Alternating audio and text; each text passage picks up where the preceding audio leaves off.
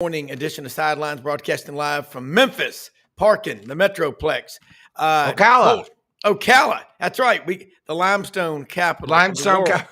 That's your new deal because Maury Gaston has dubbed it that way. A mechanical engineer, he said, the reason that the horses are so beautiful down there and so many people have their horses in the World Equestrian Center is because of the limestone in the soil. And by the way, my friend Greg Williams, equestrian coach at Auburn, I'm sure you met him. They do a lot of events in Ocala.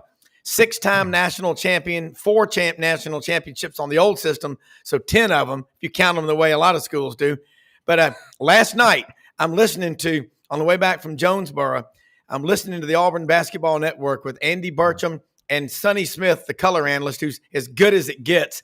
And they're talking about Greg Williams was inducted into the Equestrian Hall of Fame and also was the celebrity in when they spell out AUBURN at the beginning of a basketball game at the Neville Arena.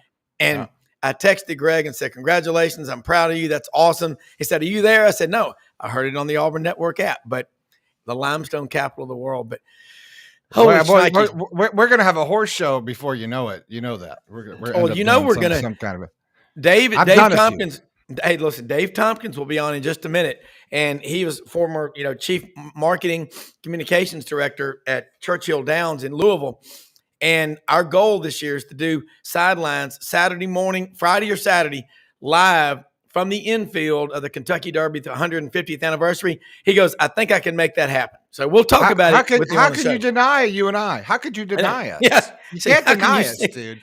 You know what no means? I have two collared shirts on right now with Ray-Bans right here. That's classy. And in Florida, that is dressing up. It's a laid-back state. I'm freezing. Yeah, it's a laid-back state. I just want to tell Rob, if you don't mind, everybody click that subscribe button. It's down there on the bottom right-hand side. If you're watching on your computer and if you're on your phone, just slide that chat room back real quick. You'll hit the subscribe button. You will get this content live and updated to your phone when we are live, which is Monday through Saturday. And we will be back with all these really awesome guests and more Rob Browne right after this.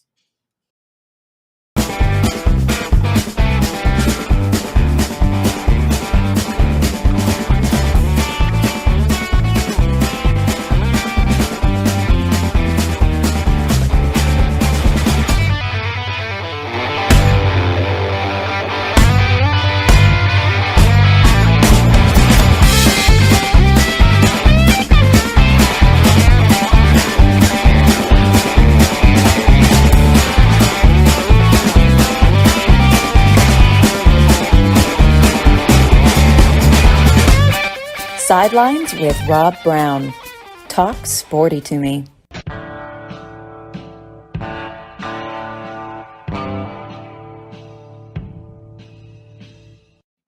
All right, Brenden, man, I got to tell you, last night and yesterday, a lot of people saw it. Terry Beasley, legendary Auburn football, the wide receiver, God's wide receiver, they used to say, passed away yesterday. And he had been just had a tough life. I mean, great out of Montgomery, Jeff Davis High School. There he is, the redhead. I mean, to me, that's still the standard of a wide receiver there with Pat Sullivan. And they're up there together in heaven. And I will tell you, everybody wanted to catch a ball and raise it up in the air straight up when they caught it. Terry Beasley, they've retired number 88 and number 7 a long time ago, but he'll live forever. Legacies live forever because of all the great things that people do in their lives. But man, rest in peace, Terry Beasley, the consummate Auburn man. And you think about the number of players that their lives, they're affected. I mean, the concussions, the CTE, you want to talk about, you talked about, is it Scott Brantley, the linebacker at Florida? Yeah. I mean, and I'm going to tell you, I'm going to get Dana Marquez back on with us here very soon. Former, director of equipment operations at Auburn since 2005. He stepped out of that role back in July, still lives and works in Auburn, but they're working with helmetfitting.com, Carbon Tech shoulder pads, a lot of stuff that he will talk about, but it's all about, look, it ain't about making the game soft. It ain't about making the game, emasculating football. That's not it. It's about making it safer because you talk to any coach and they'll say these kids today are bigger and faster and stronger than they've ever been. Okay. So we want to keep this game going. It's going to be, important that we do it right. But Terry Beasley, right up there is to me the greatest wide receiver I've ever seen, the fastest one out of Lee or Jeff Davis High School. I know I'm going to be corrected on this in a minute from Montgomery. But you know what? When we talk about CTE and player safety with like Kevin Skarbinski, CoachSafely.org in Birmingham, it's as serious as it gets. And I'll say this, absolutely, when CoachSafely.org asks you to get involved, do it. Please do it for the future of everyone who plays football. And Dana was out in California. Brenden, I told you this about 2 months ago, appealing to the state legislature in Sacramento. That the state legislature, there was a group that was trying to ban youth football. And that would have affected 3.9 million players in the PRC, okay, the People's Republic of California. And it didn't happen. They voted to let them continue to play football. Football and sports, for lack of a better term, Eddie Robinson famously said it, teaches you the lessons of life. And that's what we love about it. Sure does. And it looks like we got Dave Tompkins have just rolled in here. You ready for him, Rob? I'll push the magic button. Dave, of course. Which one does it, Rob? I'll just try this one. Oh, there he is. Hey! Sorry for my tardiness. Yeah, hey. Great. You're fired. Yeah. we were. I'm having a little bit of this Bailey's Irish cream with my coffee here. Top of the morning to you. Champions on a Thursday morning. Yeah, the Pirate Convention. Listen, Dave, we were just talking about Terry Beasley passed away yesterday. And you and I are the same age. And you see over my right shoulder or my left shoulder, if you're looking, when I grew up, and last night, I don't know if I sent it to you last night. It was Gary Sanders and John Forney reliving Iron Bowls. I don't know if you saw that. I thought I sent it to you. If I didn't, I have not downloaded it, and shame on me. I did get it, but I'm as soon as the show's over, I'm going to. Trust me, I get a lot of stuff, and I'm the same way. But you think about the connection between these players, Auburn, Florida, Alabama, you name them. I was told that on Friday, the weekend, I believe it was November 29th of 2019 on Friday, Johnny Musso went over and spent the afternoon with Pat Sullivan 2 days before he passed away.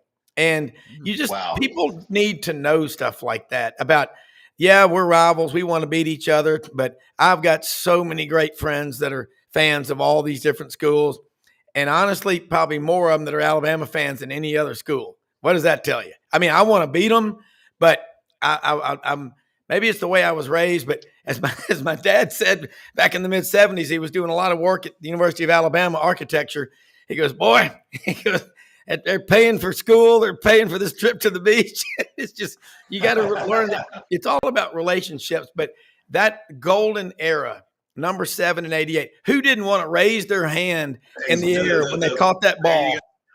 Terry Beasley. And my friend Wesley Duncan, who watches the show every day, I love this guy he's from Opelika, lives in Fort Lauderdale. He said his first time he got to go to an away game, 1971, his dad and his uncle took him up to Athens for that legendary Auburn win. And he said, I don't know how we made it home because they went crazy. But that's what got us all started on college football. And think about Brenden, the people that you've grown up around at Florida and all the different schools. You know what the bottom line is? All these schools, without each other, we really ain't got a conference. I mean, we're just like everybody else. And that's a cool part. Well, I was born in 63 in Birmingham, and we moved to Kansas City in 66 and lived there until 73. Yeah. So my first memories, of course, were the Kansas City Chiefs. So I'm super excited about the Super Bowl because, I lived in San Francisco, 49ers, Chiefs. But in terms of college football, it was the Big Eight. And it was, Brenden, Boulder and Colorado, Nebraska, Oklahoma, et cetera. But one time in the Kansas City Star, the newspaper in Kansas City, they had a photo of Terry Beasley doing that in Pat Sullivan's Heisman Trophy winning year of 1971. Yep. And that was basically my debut to SEC football. And I didn't watch 17-16 on TV. I listened to it on the radio. And by then I was a rabid Alabama fan because my dad was, and somehow he found a radio station covering the game, and we listened to it, and it broke my heart. But yeah, Terry Beasley was my introduction to SEC football. Yeah, and you think about it, Brenden, what Dave just said. You get to your dad, and he's still doing it, covering all these people, coaches in these games. I mean, if they hadn't have told the stories the way they did, wouldn't you agree, Dave? We wouldn't be talking about it like we are today. Absolutely. I know it's really, we talk about the greatest generation, and, that goes back to World War II and all that. But it's also applies to writing and talking about sports and telling stories about sports. And we owe it a ton of gratitude to Brendan's dad. It's always so fun to have him on the show. And it is. I mean, we wouldn't be who we are were it not for our parents and the stories they told us about sports, about football, and about college football, and about the SEC. Well, what's interesting about that, especially now that I'm older, and I've got a million stories, and I really do, and I try not to tell them because I realized when I was younger, I was like, yeah, no one has this story. Like, this is not the same story as my friends. I was like, I'm not relating to people, so I was like, okay, I probably should not talk about it. But Dad, and Rob, I'm gonna have Rob's such a good historian, right? He's so knowledgeable. And the perfect fusion here is to get him, and this getting the dog days of sports here, is to get him and Buddy together, and we're going to pick a topic, specifically have Rob research it, and then talk to Dad who went to that particular event, and I want him to relive that verbal history because I think that would be a really neat show to really to just talk about like the history. It's what 30 for 30 does and whatever, but just do a nice looking show. But anyways, I digress. But I remember, the one story that I think always clicked in my head because maybe I was there. I wasn't at the game, but the Miracle on Ice, right? So 1980 Lake Placid Olympics, right? And Dad's up there. He's working for the New York Daily News, running the sports section. And I asked him to run through the story, and I thought I heard it a million times. And so he wasn't at the game. Because back then you got your area in the press room, right? And your writers would have their little areas, right? And then they would collaborate on what happened, right? And they would talk about, like you said, the verbal history of it all. And so, I'm sure I'm telling it wrong, but Buddy apparently gets a call. He says, "Look, the Americans are about to beat the Russians here." And not for the gold, which everyone gets that wrong, but the Americans about to be the Russians. And so he gets a call. Buddy goes down there. He can't get in with his press credential because the stadium's packed, or the arena. And so he ends up basically climbing a chain link fence and like watches the last of it on the chain link fence. Wow. And then they go, and he goes back to, the press room, and he's got his writers. And I said, okay, so now, cause I'm thinking, my time or whatever, someone's got a quote or there's some video or something. He's like, I'm like, so what'd you do? He said, well, we all got around. I'm like, yeah. And he's like, and we got the verbal, and we all just talked about it. Yeah. I'm like, you just talked about it. Yeah. I'm like, that could just go wrong. How does that go right? Someone says this. I was like, I can't even get half the things out. But he said, but no, that's what we do. We take shorthand notes, and they're meticulous about it. And they did it a different way. And they were, and they were right, because ethics really mattered then. Yes. And that is a pillar of ethical journalism. Even at Gatorbait, like everything we do is ethical. It has to be. We won't, and if it's, it may have bait in the name, but clickbait's not how we do it.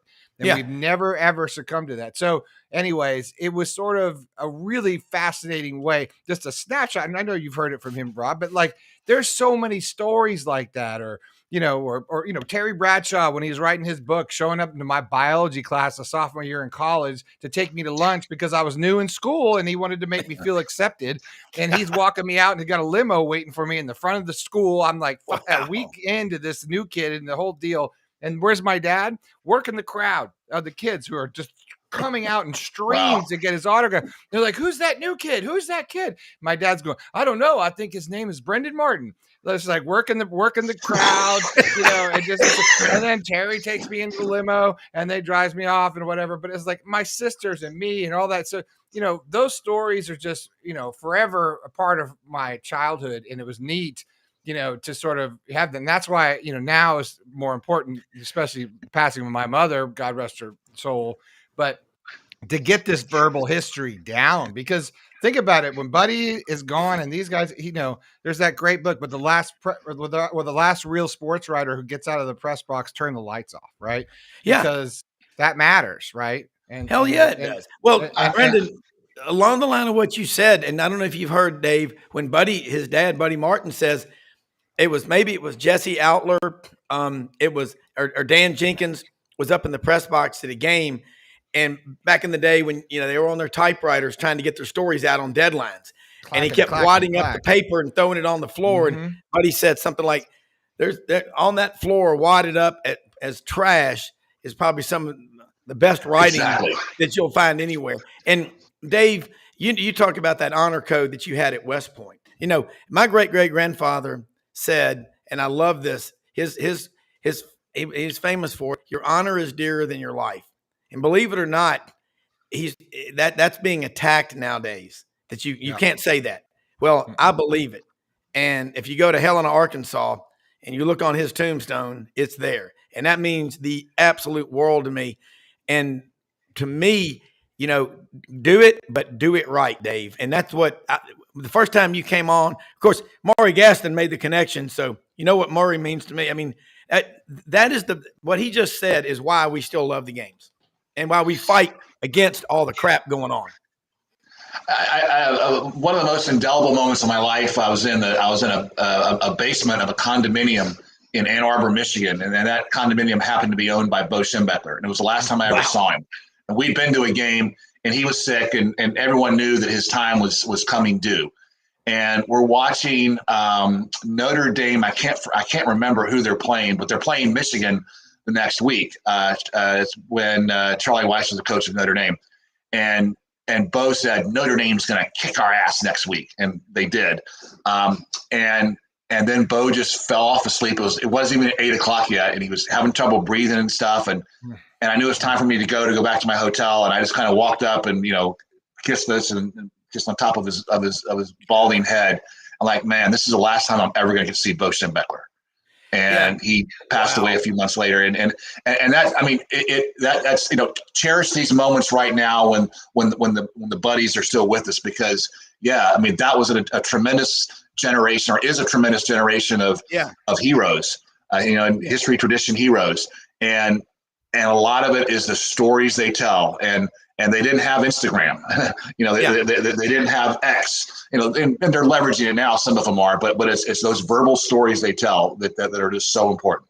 Well, ESPN came down and did 100 years of college football history, 100 years of college football. And they rolled in here and they interviewed Dad a couple of times for what he knew about it. And Rob, you talk about it better than I do, but the whole story. Well, he actually almost had a 30 for 30. We had a treatment for it and everything, which was the SEC Skyriders, which was the media days back then. They got on like a twin prop and, all had to get drunk because they thought they were going to die, but the whole thing is that they would write ahead of their stories and they'd call them in, right? The stories on the airport. And on the other end of it was like Alabama, right? And they're writing a story about what, literally flying into to all the race riots and all the things that are going on. And they're writing about all this stuff. And some of that stuff is fueling some of that stuff. Can you imagine what that would have been like to feel like what you just don't know? You're just like, well, here we go. Like, I mean, to me, it's just mind boggling. It is. And Dave, just Bo Schembechler, after Auburn played Michigan, January 2nd, 1984, Auburn won 9-7. Al Del Greco out of Coral Gables, Florida. The Italian Man of the Year multiple times, I might add. 17 years in the NFL. Great golfer. Yeah, great golfer. And he kicked that field goal and Auburn won 9-7. I'll never forget celebrating at the Fairmont Hotel. My parents had given me a credit card and for Christmas. Mistake. Man, I had a blast there. I thought we were national champions. So, and we are. You were that night, my friend. Yeah, we were that night. So I always remember, Coach Dye's speech in the locker room after the game, and it was on the Auburn Football Review. And he said, there are going to be a lot of nights in life when you don't have your teammates and your moms and dads and people there around you, and you're going to be in a lot of tough battles. He said, but you can always look back to that night, January 2nd, in New Orleans, when you came back and you beat Michigan. He goes, it's going to be memories like this you're going to remember forever. And I think too about Ralph Jordan Jr. is my friend. I love this guy and lives in Norris, Tennessee. Still very active, and Shug Jordan and Miss Evelyn, their house is still right there in what they call the Art District in Auburn on Woodfield Drive, down there all the time. And he said, Daddy never talked about his war record, what he went through. But if he had, I think it would have blown, he was so humble. But he fought Rommel in North Africa. He landed at Sicily. He was wounded by an 88 millimeter German frag at Omaha Beach, 6 June, 1944. And 4 days later, he wandered into a field hospital. And they said, Captain, you've got blood all over you. Why didn't you come in earlier? He goes, well, I had a job to do. I'm an engineer, and I had to get our boys up that road so we can win the thing and get home. Well, after he recovered, they sent him back to Fort Lewis McChord SeaTac out in Seattle to decommission his unit. Miss Evelyn drove all the way across the country. They bought a brand new Chrysler to drive home, and they came in and asked for volunteers to go to the South Pacific. And Shug Jordan raised his hand and said, I'll go to Okinawa. And he went to Okinawa and fought down there. And Ralph Jr. said, to the day she died and still in heaven today, she's still pissed off. She's mad as hell at the United States government. She had to drive that big automobile by herself all the way back from Seattle to Athens, Georgia, where he was coaching Georgia at the time. But you remember, he never invoked his war record a single time before any football game or anything. That generation of people, they are for Dave, you're part of it. Because my great-great-grandfather went to West Point, was a graduate, was roommates with Jefferson Davis. That is hallowed ground. But the people that we're talking about, these sports writers, when I get Tony Barnhart on here, I get Scott Rabelais, they always wear a coat and tie to the games. You know why? Out of respect for Furman Bishop. I think that's a big deal. That's fantastic, and our beloved friend Maury Gaston continues that tradition, always wearing a coat and tie to the game in his Sigma Nu pen. But everyone talks about Iwo Jima. I always loved that about Auburn. By the way, growing up, I don't want to digress, but that was always something I was like, man, I love that. Yeah. Everyone talks about Iwo Jima, and they should, but Okinawa was the last stand. That was the island that came after Iwo Jima, and the Japanese knew that if we won there, it was game over because we could launch our atomic bomb and end the war.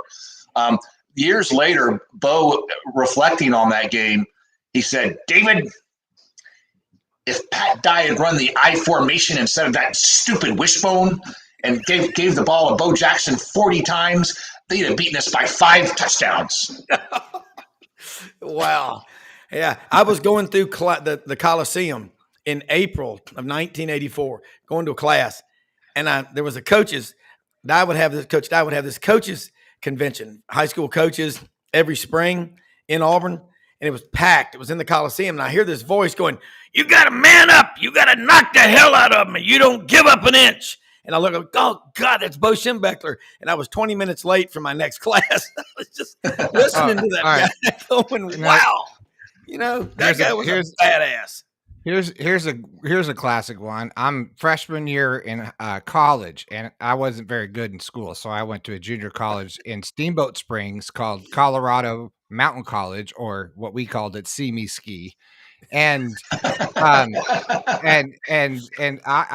over the years, Dad had been going to a celebrity golf tournament up there with Vern Lundquist. It was the Walker Lundquist tournament, and it was like all the who's Bradshaw, all these guys, and they would come and they would get blasted and drive the carts off. I mean, it was a fun time. Like I say that, but they had fun.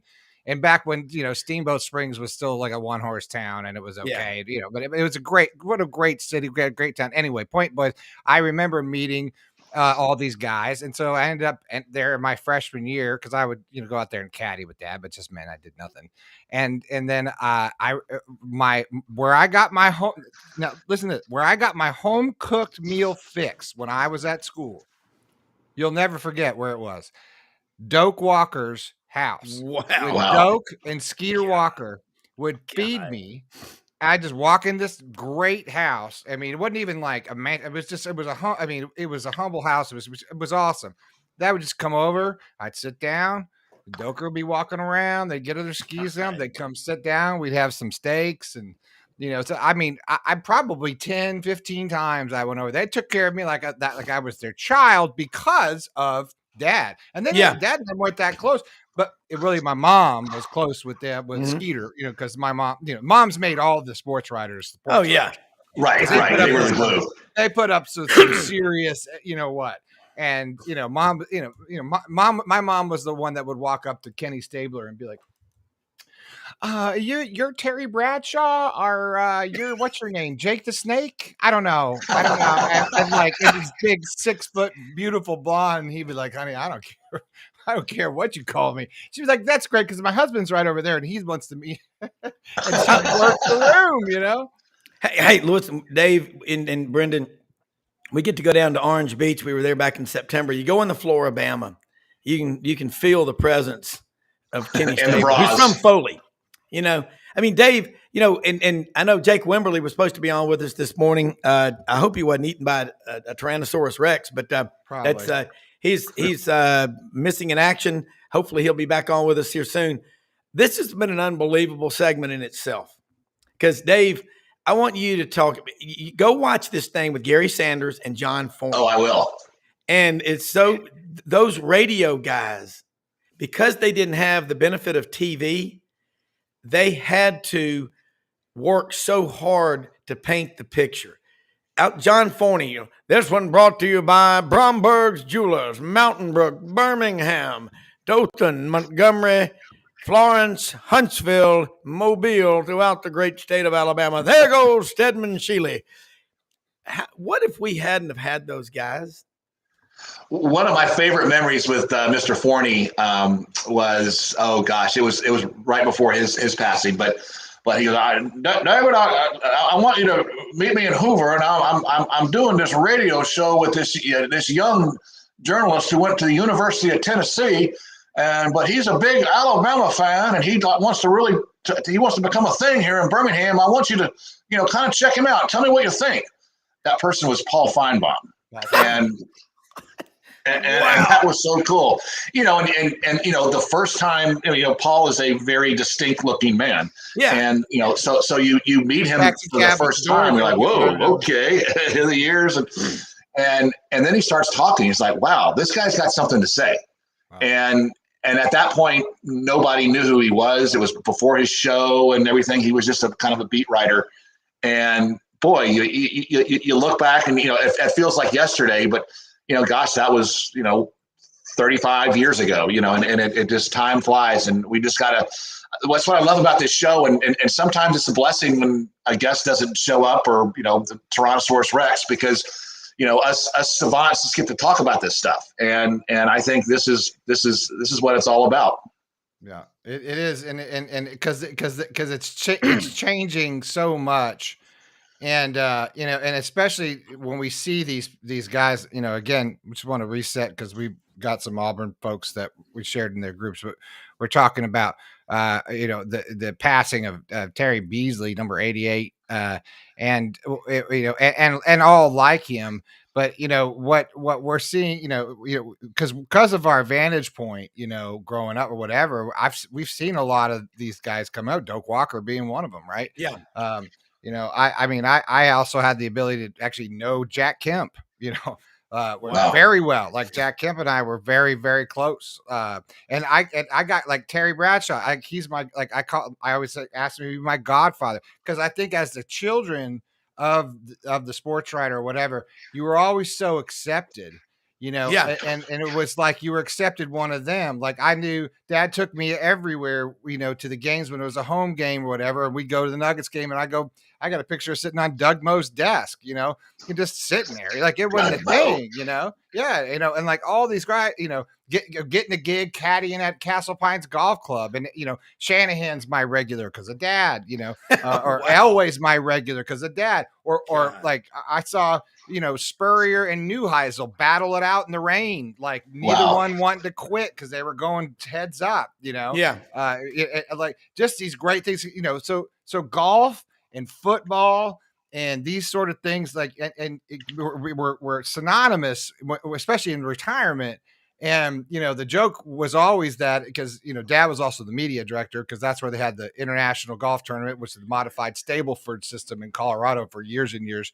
But dad, I would always get the sports bag, right? Whoever's coming out. So the joke was over the years, I never quit the job. I got paid so much damn money, but the whole thing was that I had every starting quarterback that came through, right down to Jake the Snake, all the way, Jake Plummer. Like I got all. If you didn't come through me, you weren't a starting quarterback for the Denver Broncos, right?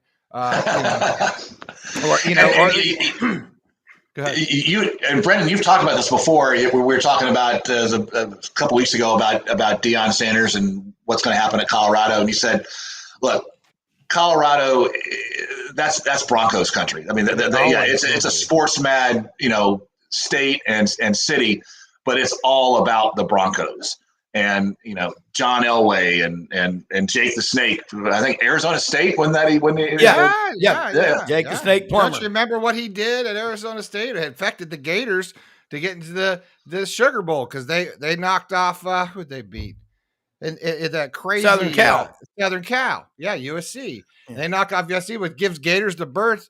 And we're sitting across the street in New Orleans over the Sugar Bowl.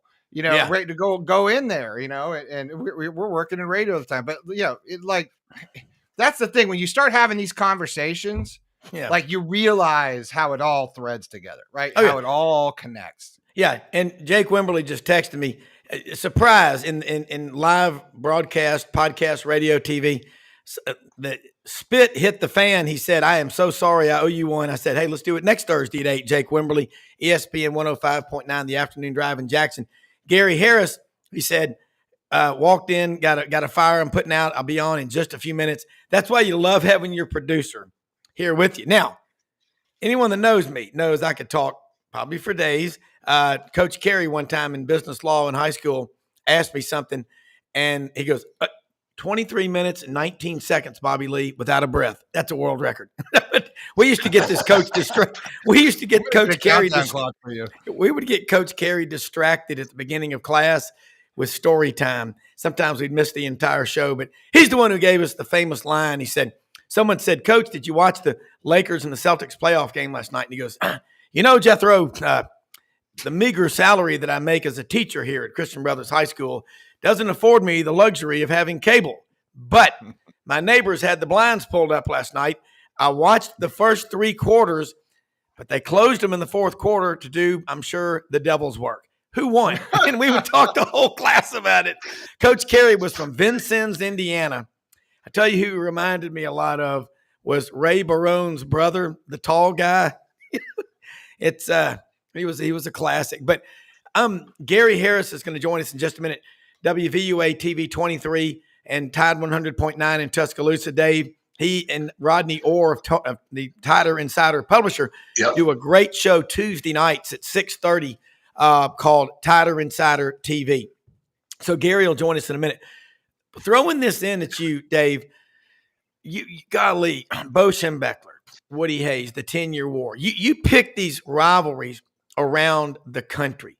And we know the rivalries that are traditional, but I'll tell you what, this Ole Miss Mississippi State rivalry is just it's skyrocketing. It's going up. They hate one another. I mean, I don't think there's a lot of respect. Auburn and Alabama, there's respect. And the Egg Bowl, though, it reminds me a lot of studio wrestling. I mean, there are fights before the game, and by the way, how lucky were we to grow up with Jackie Fargo, Plowboy Frazier, all the great ones, Bill Bundy, Jerry Lawler, the interns, Ken Ramey and the interns. Brenden, you didn't have wrestling where you were. No, we didn't. Well, we had a New Yorker though that was skiing. down here. Handsome Jimmy Valiant. I'm coming into Mempho, baby. Dave Quadro, the milkman, is listening. Yeah, he was No. coming into Memphis was Mempho, ground baby. zero for wrestling. That's where it all took place. Hey, Yeah, I we went- did. Henry B. I worked for actually us. wrestled in high school. Yeah, we had a big. This was wrestling, not wrestling. WRASSLINE. It was- I got to write that down. It's part of It my. was a beautiful, pardon my language, it was a beautiful shit show. Yeah. You can You know, say focus in on the in-state rivalries where there's no professional sports. Alabama, Auburn, Ole Miss, Mississippi State. They take the rivalry to a different level of passion and hatred because there's nothing on Sunday. It's just Saturday, and I think that's why those two rivalries are particularly poignant. You know what? That you nailed it. I mean, we know it, but when you say it, I spend a lot of time in Arkansas, and Mississippi, and Tennessee. You live in Memphis, you're really a tri-state resident. That's why they had the old WNBA years ago with Johnny Newman. Remember the Memphis Tams, Tennessee, Arkansas, and Mississippi. And Birmingham and Memphis are 3 hours and 20 minutes apart now with I-22. Very similar cities. But I'm going to tell you something about Birmingham. Per capita, that's the most generous city, I believe, in America. And I'm not saying Memphis isn't, but the Monday Morning Birmingham Quarterback Club, and I've got friends that are in there, they raised like $1.6 million for local charities last year. I've been to some of their meetings. Get to be a guest. Absolutely unbelievable. Every city ought to have an organization like Monday Morning Birmingham Quarterback Club. It's about football, but look what all gets to benefit from people loving football. You got the rivals, but when you put your heads together, it's awesome. Okay, Gary Harris. No, Gary, Dave, you'll love this. Gary is one of those guys that grew up, and was born in Alabama. But Gary, weren't you raised? I was not born in Rob, I got to correct you. You've been saying I was saying Florida. I was born in Miami, Florida. Okay, I lived all over, and then we moved. He was calling me Dudley all day. Well, we moved to Cleveland County when I was in the fourth grade. Okay, I was not born and did not grow up my formative years in Alabama. Okay, so I kept thinking you were born. I know you lived in Miami for a long time. Yeah, I was born in Miami. I lived in Michigan, a lot of places. But yeah, I in fourth grade moved to Cleveland County. So I just want to get that because you've been saying that for a long time. I know. I get, but every time I go through I-20 on the way to Atlanta, Anniston and all like that, where you're from, I think about Claiborne County, Walter Welborn High School. I'm going to tell y'all something, Dave. You haven't been on with Gary before. Dave is a Mountain Brook native, lifelong Alabama fan, West Point graduate, and the beat writers and Gary, Brenden Martin, his dad, Buddy Martin's, a great sports writer, and Brendan's our executive producer now. We were talking about in just the beat writers. When I got to intern at Channel 3 in Memphis, the first day. You were not with Ken Ramey, though. Yeah, no, not the interns. No, wrestling. But the first day, they threw me out there. The very first day as a reporter, Gary, for WRBL News 3 on your side in Columbus, Georgia, the very first night I go out, Rob, your photographer is out sick tonight. You're going to have to do this one by yourself. The first night, I had to put a package together. You know what I did? I put the package together because I didn't have any option. I cannot say it enough times, folks. You can, and Brenden, you talked about this. That's why we're building the Sidelines Sports Network.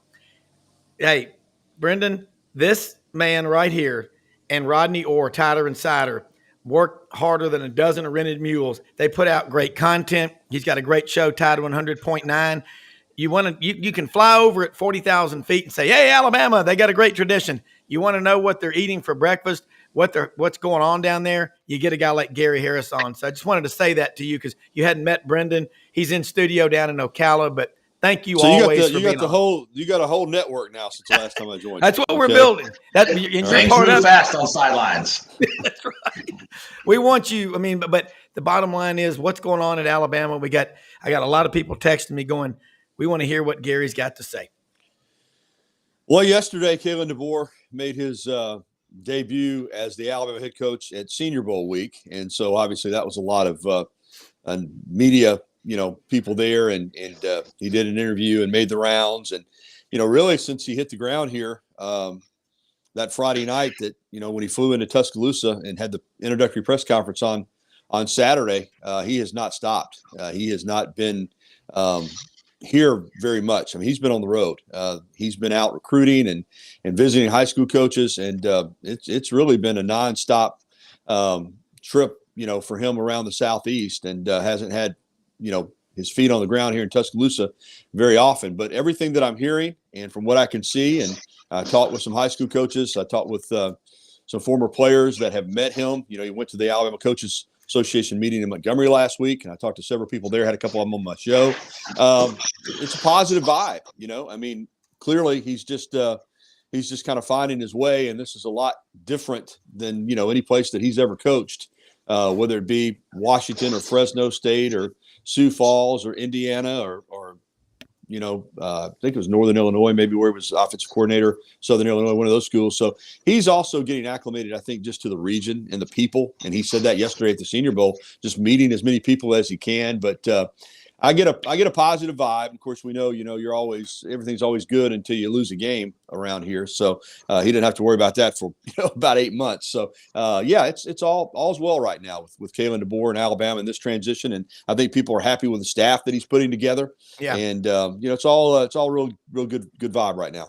Well, what we said around here, every time we've lost a coach at Florida, and we've gotten used to this whole coaching replacement carousel thing, is that we say, well, we're undefeated right now. We're going to be we're undefeated for 8 months. So feel good about it, guys. It feels good right now. Because then we're going to be crushed. I think the blessing in disguise is the period that was 1983 until 2006. And that was post Coach Bryant, pre Coach Saban, and all that happened. Of course, we had Coach Stallings and the '92 national championship, but we had a lot of fumbles, if you will. And I think we're going to handle the succession a lot better this time than we did back then. Are we going to win 6 more national championships in the next 17 years? Of course not. No one will. But I think we're going to handle the transition very well and the succession very well. And I'm very excited about the Tide's future, even if there's only, 1 or 2 more national championships in my lifetime. Well, if there are, Dave, that'll be 1 or 2 more than most fans experience. Yeah, exactly. And I've talked with Rob about this. Alabama's standard is so high, and I'm talking pre-Saban, that in the time between Bryant and Saban, Alabama still accomplished more than most football programs accomplish. You look at the 10-win seasons. They did win 3 SEC championships, 1 national championship. Once the SEC championship game came into play in 1992, Alabama, of course, Stallings, it seemed like won the division championship almost every year. So there was enough, even in that period. Everybody says, "Oh, Alabama was down. Alabama didn't win." There was enough there in that period that still is more than most programs experience. I mean, winning a national championship is hard.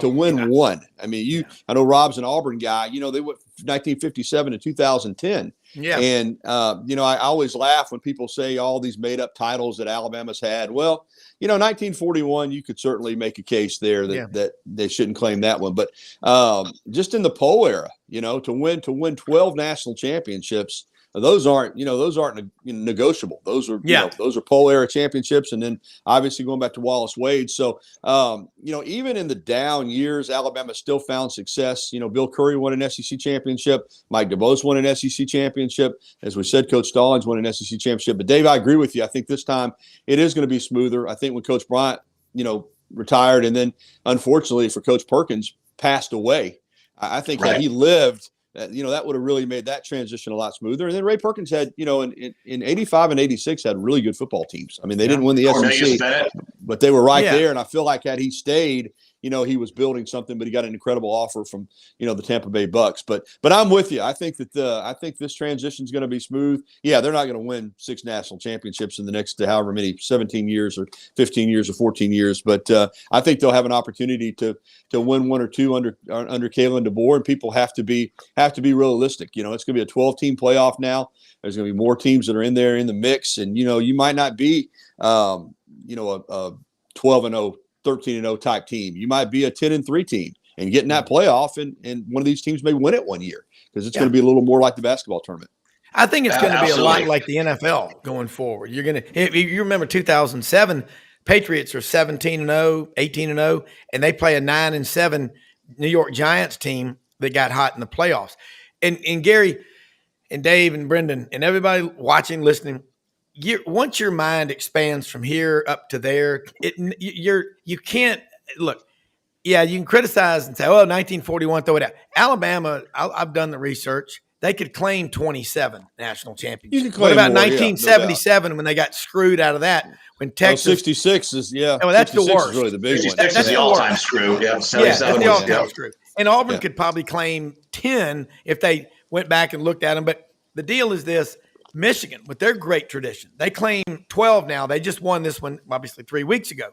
But from 1948 to 1997, as great as Bo Schembechler's career was, they didn't win a national championship till they split one with Nebraska in 97. So you're right. When I watch some of the people on the national shows say it's a wasted season if Alabama doesn't win it all. No, it's not. It's not. You cover, and you've seen Alabama over your career, WVUA, TV 23, and Tide 100.9. You work your ass off to go. I mean, I love the conversations I have with you at night because, man, folks, true grit journalism, this is what it's all about. You cover all this stuff. And you talked about things like the Mississippi State, Alabama. You go, Mississippi State doesn't beat Alabama a lot, but, that's a neat rivalry. The schools are an hour and 15 minutes apart. That's the part. And then the 8 Mile War. Talk about, and Brenden and Dave, he covers the high school football in a 75-mile radius, all around Tuscaloosa. You get to see That's so hardcore. much. Yeah. If you wrote a book, what would it start with? High school or college? Oh, I don't I'm putting know, you on the Rob. spot. Probably as much as I love the high school, it'd probably be, college football just because there's more interest on a wider scale. But I love high school. And, I don't get out because I do an hour show on Friday nights and produce it and anchor it. So I don't get out and cover as many games as I used to, but, kind of at High School Central back in, at the station getting ready for it. And I love high school football. There's no doubt about it. That's, it is kind of the grassroots of all of this. And speaking of that, I mean, with all that's happening now with NIL and the college scene and pay for play, and, I see it trickling down into the high school level, which I'm not a big fan of, seeing recruiting in high school, hearing of situations where, families are moved in and, set up with employment. And I don't know. I still, as much as high school football has a big fan interest, I still, like to think of it as pure, but it is what it is. Once, you have pro football and then those principles,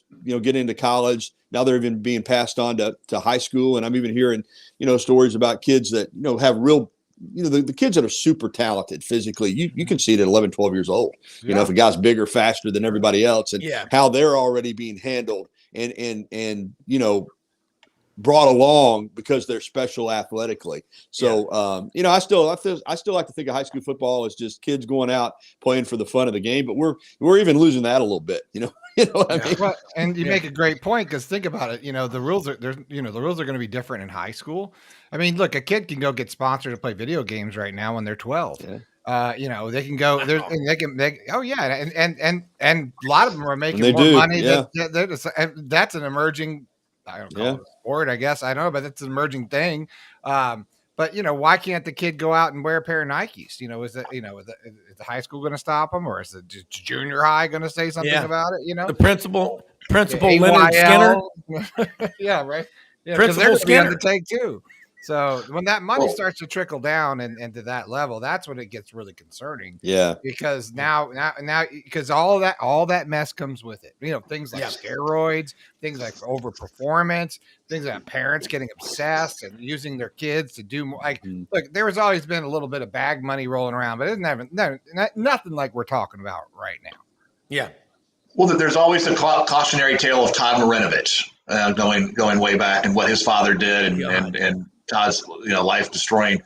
At Mountain Brook, we used to little joke we had 5-6 years ago. What's the best thing that ever happened to Mountain Brook basketball? Because we won a bunch of state championships. So that's the blind side of, there's a template was provided for Mountain Brook to recruit a couple players to come into Mountain Brook and play for the team.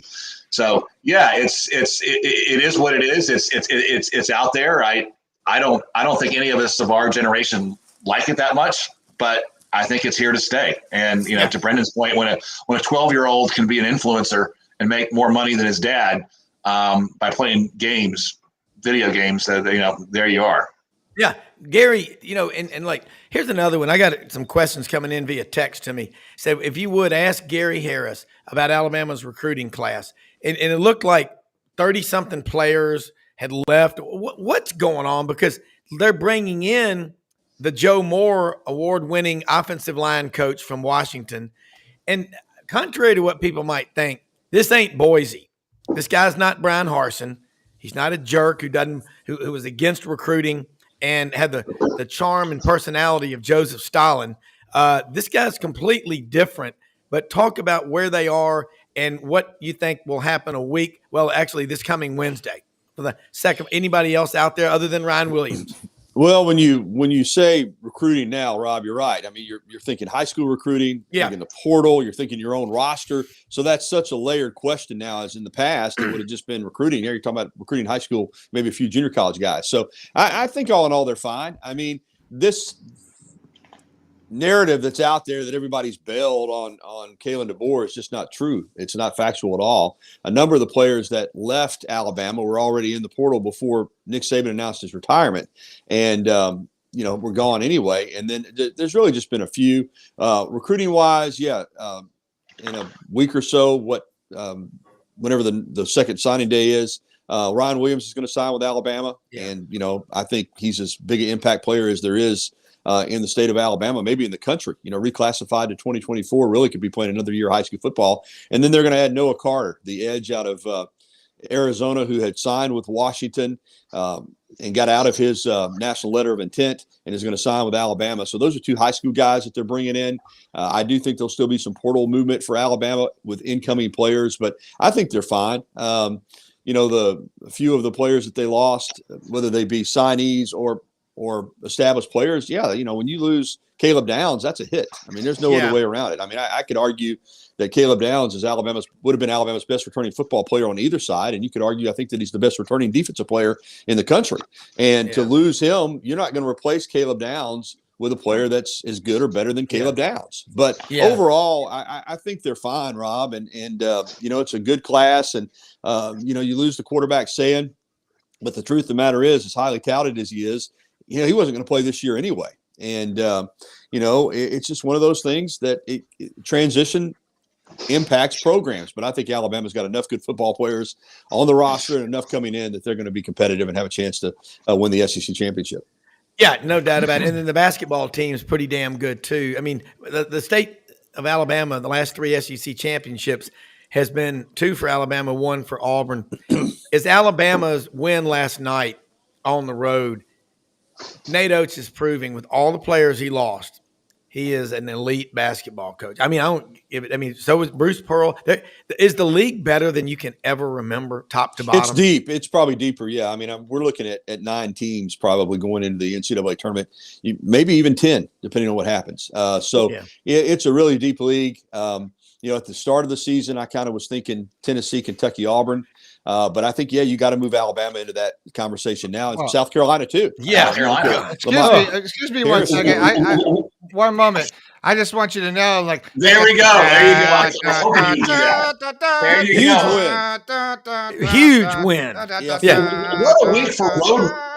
I think the 9-10 bid league was really proven this week with the road wins. South Carolina wins on the road in Knoxville. Florida wins on the road at Rupp. Alabama beats Georgia on the road. But, hey, Georgia's a good basketball team. And these road wins this week, I think, really shows the strength and the depth of the SEC. Yeah, the most impressive part of that win for Alabama last night was, you're down 17-2. I mean, you're down 17-2 on the road.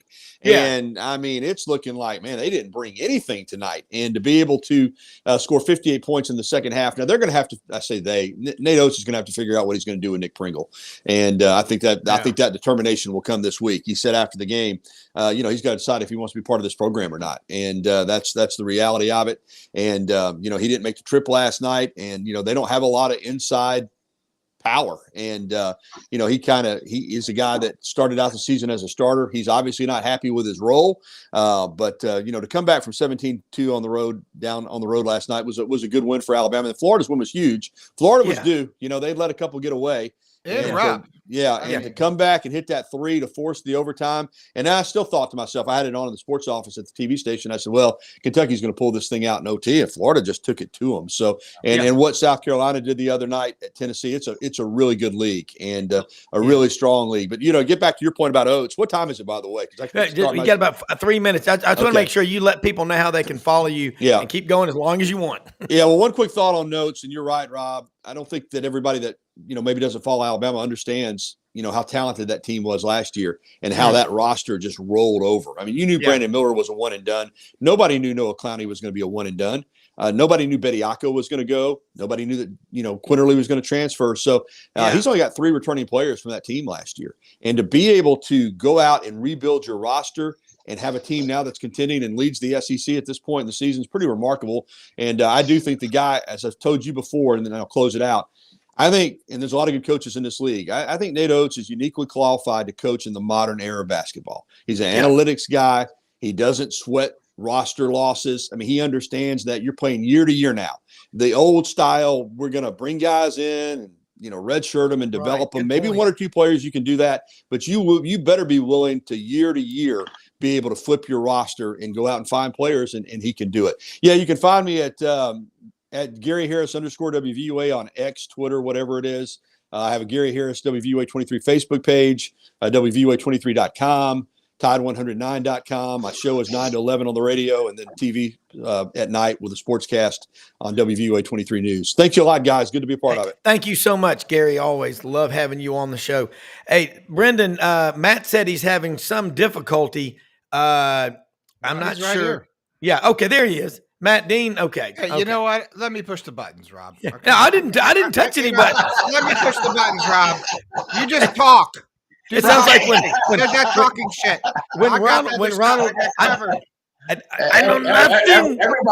Everybody has his role on sidelines, and Rob is the captain, and I'm the co-captain of minutia. And let us talk that's neat. You know what? I'm the executive producer. Okay. Yeah. Executive producer. I did not know. I didn't see any, but I got a text from Matt. He said I can see. But I can't see anybody or I can't get on. So I didn't touch any buttons, but it's like when people are always worried about who's walking around with the nuclear suitcase, the nuclear football, with the chain around them. You certainly wouldn't want it to be Sergeant Schultz. I know nothing. Matt Dean, Dave Tompkins is on with us right now, part of Savant Saturday. We've been talking a lot of college basketball, college football, talking some Bo Schembechler and Terry Beasley, who it was called God's wide receiver, passed away yesterday. Rest in peace, Terry, number 88 from Auburn. Great connection, Sullivan to Beasley. And every kid wanted to raise their arm up in the air. The redhead, Huck Finn and Pat Sullivan together. I still have my Pat Sullivan jersey that he signed for me. It is 54 years old. I love that thing. My parents brought it back from the Auburn LSU game that Auburn lost 17-9 in 1970 when Mike Anderson's restaurant in Baton Rouge, Louisiana, made a stop on Wallace Clark at the goal line in the rain to preserve that win for LSU. But Terry Beasley, the standard, in my opinion. Matt, all right, there's that new logo with the cat.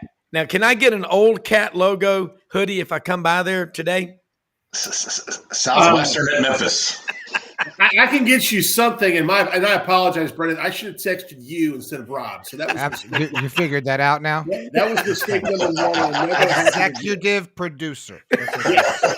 Help me. I have it down there. Write it on the chalkboard 100 times. It means so much. I can't even fit it into the thing. It's so long. I can't get it into the title. you do have a long title. There's no question about it. He's But, he's like Bob Newhart, the therapist. Rob Browne's handler is what it is.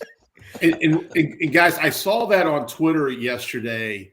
I'm so sorry for the loss. It's a huge loss for his family and Auburn's family. And I learned something today. I didn't know the connection with him and the quarterback Sullivan. Because I'm a little younger, not much younger, but growing up in the Midwest, I didn't start following Auburn football probably, to be honest, until after the 90s. So that's on me. Well, we're glad we got you. You are from Davenport, Moline, Bettendorf, and Rock Island. Those are the Quad Cities. And you talked about the other day, Chuck Long, runner-up to vote in the 1980s. Wheaton, Illinois, if I'm not mistaken. Or as they say in some places, Illinois. Matt, how about this basketball right now? First off, David Aquadro, one of our viewers every day, listens on the exercise on the at Lifetime Fitness out in Collierville, the milkman. He's the one who provides the milk to all the schools in the Memphis area. Love this guy. Played on the 1977 state championship team with Tom Dorian and Scotty Sneed at Christian Brothers High School. He is a wrestling savant. He's like, and by the way, Jerry Lawler, when are we going to get him on the show? Well, my deer processor out there at Dino's Processing in Memphis, his daughter is married to Jerry Lawler. I'm going to get Jerry Lawler. I'm going to try to get him on this show. The king. And the guy, Jerry Lawler, looks like he's 30 years old. He still could wreak havoc. But, Matt, I want to talk about, first off, Memphis has lost 3 in a row. David put in there, they've hit 5 in a row. They've hit rock bottom. And I said, that's because you don't know your team. I don't know your comments on that. And then the SEC, South Carolina's picked 14th, and they're up there right now, probably playing the second best basketball, maybe the best in the league. Did you say the SEC basketball? Yeah. There he is. Well, that was one of the first things, Brenden, I was going to talk about is a great win for Florida at Rupp Arena last night. I mean, that just solidifies their upward mobility, and you look at the SEC. I was looking at the standings today. Kentucky's got 3 losses now. It's going to be an interesting second half to the season in the SEC. There are many teams that can – I say many. There are probably 5 or 6 teams that could win the SEC tournament. But what a job Lamont Paris has done at South Carolina. Wow. That's to go in to Tennessee after you beat Kentucky by 17. Just a tremendous victory. And Memphis, guys, I think we talked about the last time I was on the show.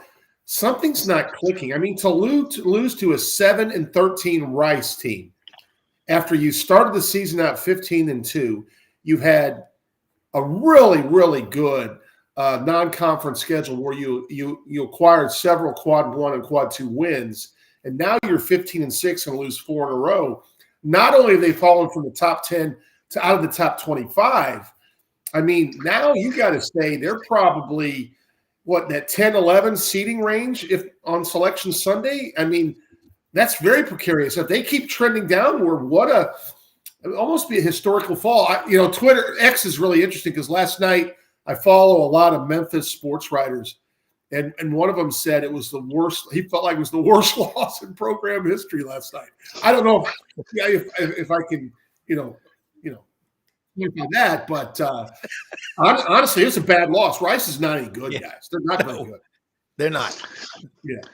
The 2 enigmas, in my opinion, have become Memphis and Kentucky, and teams that before conference play look to go deep in the tournament, beating good teams, and now just head scratching losses. I don't think both of them will recover. I think one of them will recover, and I think the one that recovers may well make a run in March. We'll see, just because there's just so much talent on both teams. But yeah, they are enigmas. Well, and I'm going to tell you, Matt is a basketball junkie, a hoop head, as Kevin Skarbinski calls it. And you look at winning on the road, Matt. We talked about this earlier in the week when you were on with us. Damn, it's hard to win on the road. But Kentucky, Coach Calipari got his 400th win a couple of weeks ago. Adolph Rupp won 857 games. He was there from 1930 to, I think, 1972. He was there before we had television. You talk about a legacy, a shadow that's hard to get out of. That stuff. But what is it, Matt, in SEC basketball this year when South Carolina, Paris, the coach, they're number 14 preseason. They're really playing off the charts. Is that because the portal, you can go from being bad to good quickly and good to bad quickly? Is it the portal, or is it high school recruiting, coaching, a combination of all the above? Well, in basketball, it's pure numbers, guys. Unlike football, when you got to build inside out with your line of scrimmage and then skill, quarterback, whatever. In basketball, a couple pieces and a new head coach and a new system, maybe a new philosophy, you can change things around really quickly. Look what Chris Beard has done. I mean, I think Ole Miss is now 18-3. I know they have 3 losses in the SEC, but it doesn't take that long. I just think we weren't sure. We didn't know too much about Lamont Paris as a coach, right? But if you look at the game the other night, they're not afraid to guard. They held Tennessee to 59 points. Now you say, okay, Tennessee sometimes, except for Dalton Connect, they don't score, but they held Kentucky to 62. So they are guarding at a pretty high level. And, and I've told you this before, Rob, I'm more of a defensive coach, and I look at things like turnover margin. And if we can get 5 to 6 more possessions than an opponent, we don't have to shoot the ball as well to win games. And I think right now, South Carolina is playing with a lot of confidence. You look at what Florida did last night, too. I know we had the graphic on just a little bit ago.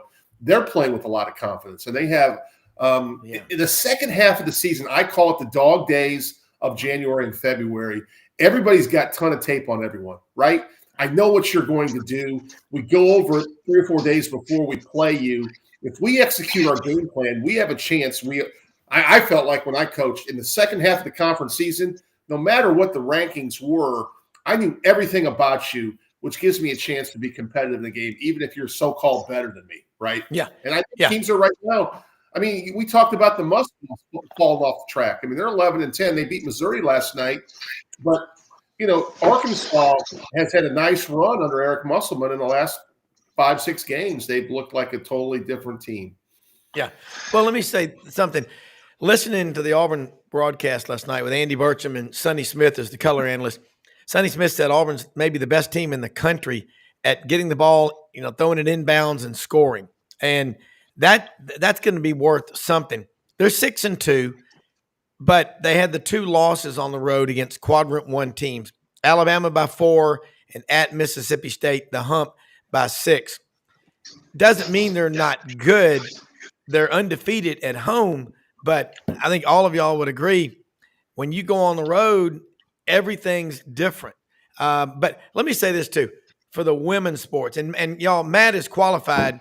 He coached the women at Rhodes for 16 years in basketball. The way the women and the coaches in the women's basketball appreciate the fans, and the kids are showing up, especially the young girls, with posters of their players, kind of, they call it the Taylor Swift effect. If the men don't watch out and start thanking their fans and saying, I know we got guys coming and going all the time, they're going to lose a generation to the women's sports. Because who was it that was on the show yesterday? I think it was Dudley Dawson, Hogville.net. He goes, I don't care what I'm doing. I'm going to watch Caitlin Clark at Iowa play basketball. Dave, you think about that. The women's game is a more pure version of basketball. It's not all about the dunk or whatever. And your team, I know girls, they're going to leave in the portal too, but most of them stay at the same place for 4 years. Having coached cross country and track 14 years in all middle school, the best teams we ever had. It's not even, we had some great boys teams, but the girls teams, you get a group of girls that's pulling together, they're unbeatable. They really are. If you want to learn how to play the game of golf, go to an LPGA Tour event. None of us that play golf, we're never going to have the swing speed of Tiger in his prime or Rory McIlroy. Our swing speed is more of a LPGA Tour player, and so watch how they play the game, watch how they manage. If you want to learn how to play the game of basketball, or you want to teach your son or daughter how to play the game of basketball, watch women's basketball. And credit to Matt and all the coaches. Stanford, my school, Tara Vanderveer became the all-time winning coach last week, and she is incredible. And I remember when Don Nelson retired from the Warriors, and she was on the short list to be the next coach of the Warriors. That's how much respect she has in the Bay Area. Well, Matt, again, I'm going to defer this to you, but women, Audrey, she's kind of my brains on this stuff, and working with Brenden, they calm you down. Talk about you coached with Herb Hilgeman for a long time, the men's basketball coach, Hall of Famer, who recently passed away at Rhodes. You coached with him for many years with men, and you coached with women. What's the difference in the two? Which group tends to panic more, and which group tends to go, okay, I got you? Well, to follow up on Dave's point, and I think it's really important. I mean, he's right. I mean, first of all, number one for me was, every team sport you play, there's going to be an execution of a game plan, right?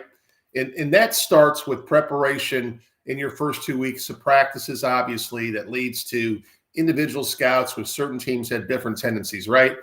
But I just felt like, I've done both. I was a men's college assistant for a decade, women's head coach for 16 years, actually a men's head coach for 1 year in between there. But I just felt like my women's teams, they really, really executed the game plan at a high level. Now, do you always, there's a great quote, and I'm trying to think who said it, but in basketball, the key to basketball is when you're not making shots, you have to find a way to win. Because it's really easy to win when you're making shots, right? I mean, everything's going in, your execution looks great. And a lot of times people think on the execution side, I'm talking about scoring.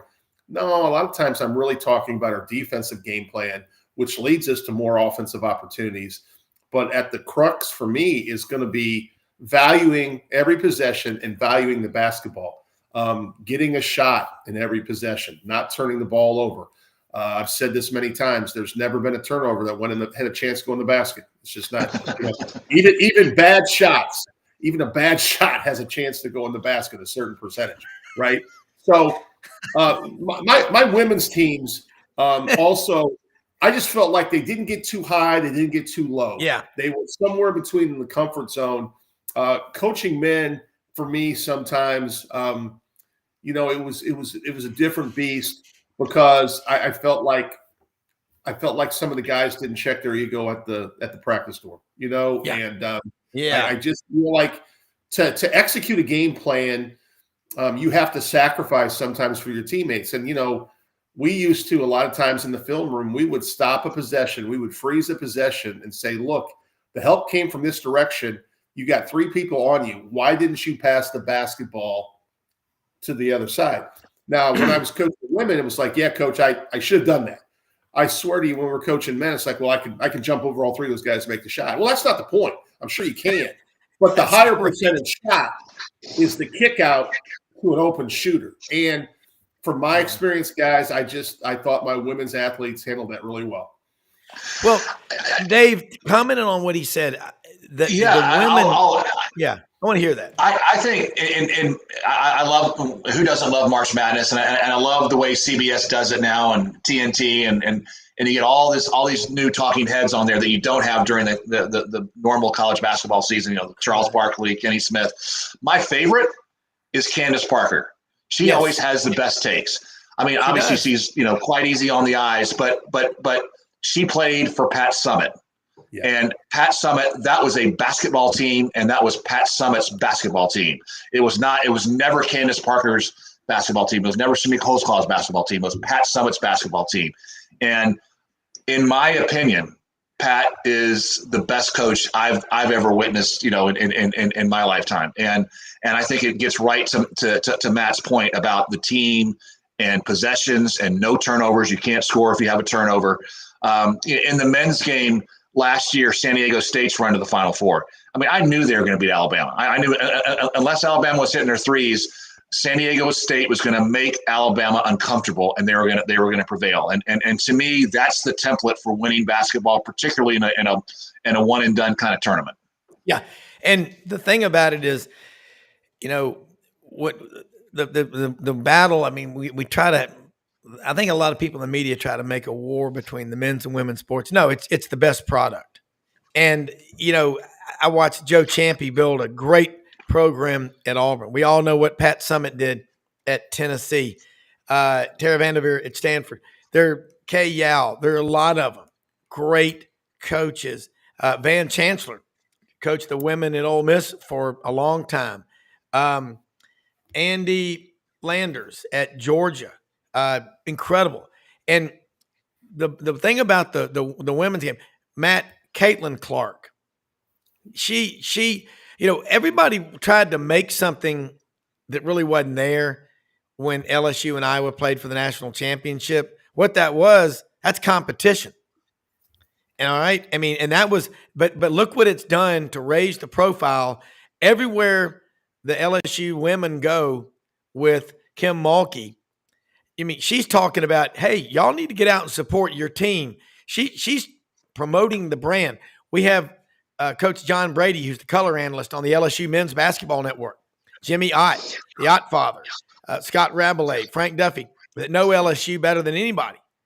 And they're talking about the Kim Mulkey effect on that campus, a coach like that. But bottom line is the free market. You put a great product out there, people will support it. But I think where we're going to go, I'm going to kind of switch gears here. I'm going to throw this at both of y'all. I want y'all both to respond. I think we're going to go where there's a lot of changes. A school like Vanderbilt, Chris Lee of the Southeastern 14 is on the show with us Tuesday mornings at 8. And he really knows Vandy. He's VandyRivals.com. He got banned from the press box about 4 years ago when he was critical of them putting the girl out there as a kicker. He said there were multiple people they could have done. That was a publicity stunt. He said the university tries to message through their athletic programs their crazy, whacked out, way of things. What if Javon Curse or Takeo Spikes or Will Anderson Jr. was out there and they tried a fake field goal and had her run around right end and hit her in the open field? We'd have a congressional committee about football is too violent and try to wipe the game out. But I'll say this. I think you're going to start seeing, gentlemen, in the future, the conferences, the SEC should start doing this, dole out money to schools on the revenue sharing based on the commitment. If you're not committed and trying to win and you think you can just sit there on your ass and collect a check from the conference, no more. There are two kinds of people in the world. There are investors and there are takers. And Vanderbilt, they're just, that's why Tim Corbin moved out of the athletic building at Vanderbilt. He couldn't stand being around that toxic culture. So you're going to start seeing money doled out based on, okay, if you're trying, but if you're not trying as an athletic department, they're going to give you less funding. Do y'all think that'll work? I like the way, and I'm not a huge soccer fan and don't know that much about soccer, but I like the way the Premier League does it over in the UK and the relegation. And if you finish, so in the case of Vanderbilt and football in the SEC, hell, relegate them. Hey, you're out of the conference in football. You go find a conference or you're an independent because you're at the bottom every year. And so, we'd rather have Memphis come play in the, take your slot in SEC football. Something to think about. I mean, I'm Vanderbilt always has a good baseball team. They've traditionally had a good basketball team. Don't this year. They've with the exception of say Whit Taylor way back when they've sucked at football. So relegate them. Yeah, I agree. And then look, my grandfather and his uncle, they all went to law school there. My cousin Helen, so many of my friends went to Vanderbilt. They're sick of it too. It's this new culture. We were at the Auburn Vanderbilt game November 4th at the Skinner Box, the shrunken version of the stadium there. They're renovating it, Matt. Their homecoming court, they didn't have one. They just announced 10 people, and one of them's major was majoring in finding people as yet undecided. Holy shnikes, what does that mean? There was one science and math major. They'll all work for her. But they're not, this Candace Lee and Jerry Stackhouse, they're winless in the conference. Bryce Drew, when they got rid of Kevin Stallings, it started this. Tim Corbin is the best baseball coach, has the best baseball program in America, Matt. But I'm with what Dave Tompkins says. It's about money and efficiency, but more than anything, it's about accountability. I want to give you guys an interesting stat from my home state of Iowa. So I was talking to my best buddy up there last night, and we're struggling with Iowa men's basketball, even though, you know, Fran's a really good offensive minded coach. And, Yeah. But long story short, we were talking about the Caitlin Clark effect. So do you realize you could have bought 4 season tickets? This is before the year started at Iowa women's basketball for $400. You got games now where you could turn those around and like double your investment, like in one game. It's unbelievable. And I guess my point is the Southeastern Conference historically, except for maybe the UConn run with Gino, has had tremendous women's basketball in the league, and they still do. I think it's a marketing thing, guys. And when you got a good thing, you got to take advantage of it. In Iowa, I don't know if you've seen some of this effect, but there are so many young girls between 8 and 12 that are showing up even at Iowa road games because they can't get into home games now. And Caitlin Clark is taking the time for the most part. I don't know of all the stories.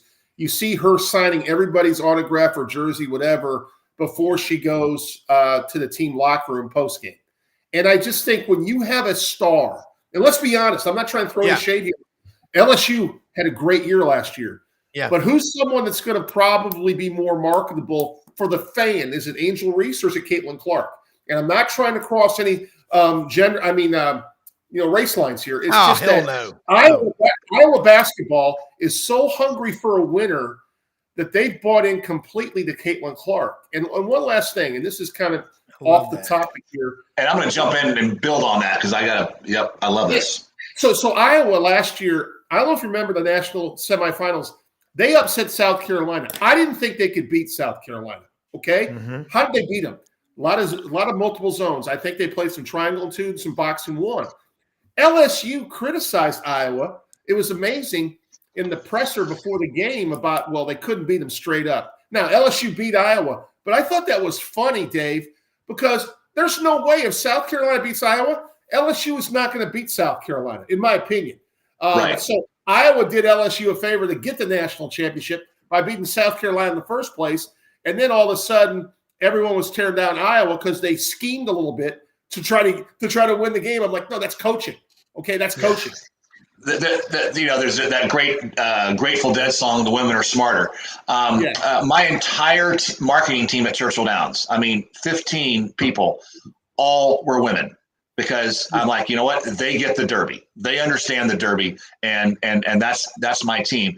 I think the brilliance of Iowa is, most people that market women's sports are men. If you go across the country, and they in basketball they throw up their hands. Well, we can never replicate a LeBron or a Michael Jordan. You know what you can replicate? You can replicate Steph Curry, and that's.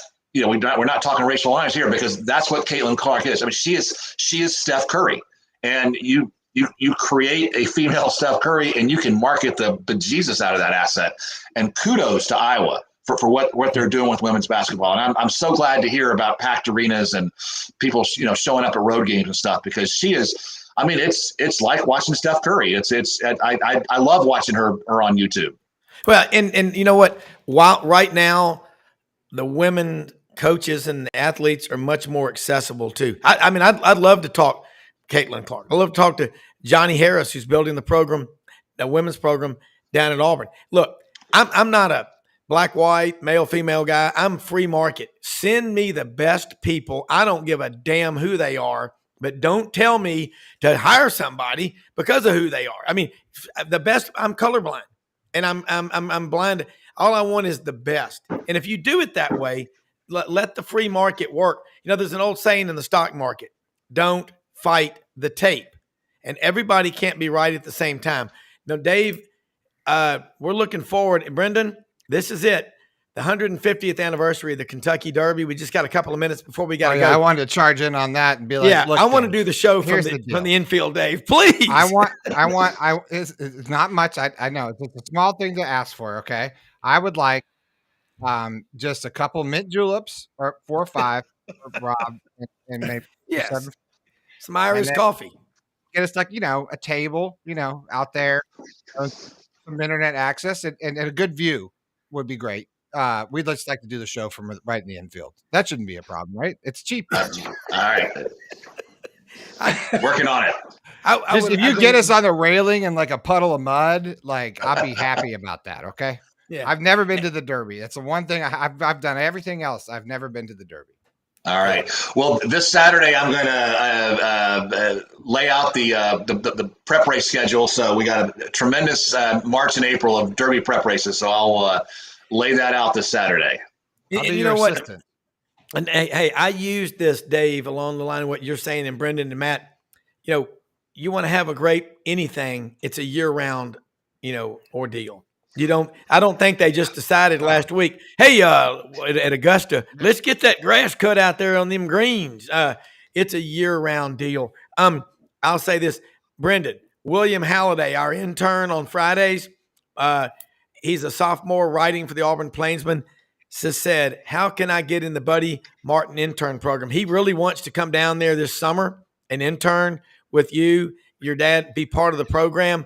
He is he's been on, I believe, with your dad. William. Come on down, young whippersnapper. Okay. We got plenty for you to do. Well, boys, I say, you sure boys. you want to sign up for it's not just the Buddy Martin internship program, it's Yeah. the Buddy and Brenden internship program. Yeah. And let me tell you, if you're an intern The for us, executive producer. you are now a writer and you're going to be working your arse off. I'll tell you that right now. So, Well, but we're that's happy what to he have him. wants. We'll figure it out. I'm just kidding. Yeah. Absolutely. I'm going to get him to contact you after the show today. But Yeah. Matt, this discussion with Matt and Brenden and Dave, of course, Gary Harris, and all of our guests, unbelievable about basketball. I think people, and Matt, Dave, you just said it. Hey, if all your people are women, men, who cares? Just send me the best. Let the free market work it out. What Churchill Downs does for a couple of days, the whole year is a buildup to it, but it's a global event. And that's what's so cool. And Brenden, Dave, our Masters guy is our good friend Lauren Smith, part of the Georgia football broadcast since 1972 with Larry Munson through 2008 when Larry retired. Unbelievable. 64 straight Masters he's been to. He's written multiple books on the Masters. Done that. Yeah, Buddy. Yeah. Oh, your dad telling stories about 38 or 40. Yeah, in a row. Yeah. Your dad being up in the clubhouse with those guys. It's unbelievable. But look, we're about out of time. Most often we see the face of Christ in the least among us. Folks, we live in the greatest country in the history of the world. And by the way, Dave, I was at Cracker Barrel Tuesday night. Saw a gentleman and his wife come in with 7th Cavalry, 1st of the 7th Cavalry from Fort Hood. And I just went over to him and I said, hey, thank you for your service to our country. And I said, were you in Vietnam? He goes, yes, sir. And I said, what year? He said, 1965. And I said, so he was in the Idrang Valley with Colonel Hal Moore. And you've seen that movie, We Were Soldiers. Such a humble man. And I just said, my brother-in-law, I believe, has done 7 combat tours in the Marine Corps. And I said, there's nothing like you. God created all of y'all. You're special people, but God bless you. He was so humbled. He just was like, but I'm not saying it was me, but thank you for your service and do yourself a favor. When you are out in public and you see someone wearing their hat from that's almost 60 years later. It means that much to him. He doesn't care about wins and losses. He was part of something, a brotherhood. Unbelievable. And I've got Casey Goodjohn listening right now out in Texas in Claiborne County. He is a 20-year Marine, and he apologetically almost was like, well, I never did combat. I said, you were in the Corps for 20 years. You never knew when you were going. He was a recruiter. He did it all. But, man, we were the most blessed people in the world. People go out and help others. George Strait's right. You can't take it with you. We're blessed to have the best sponsors, the best listeners, and the best executive producer on the planet Ever. Hashtag the blessing. Ever. Yeah. My new thing is I'm hashtag the blessing. That's like my DJ name. Hey, Matt, can you go to lunch today, Matt? I've got to leave for Memphis. Got to be in there at 11:30. Can I meet you over at Rhodes College? I'll buy you lunch today. Yeah, we can get that done. There's no. I'll be there. I'll be there at about 11:45. Is that cool? Rob, could you handle your personal schedule off the air? That would be great. Well, yeah, and talk Quad Cities and talk Fred Garvin, male prostitute. That's right. Yeah. We will do it. We'll see y'all tomorrow. See you guys. Thanks for coming on. Thank you.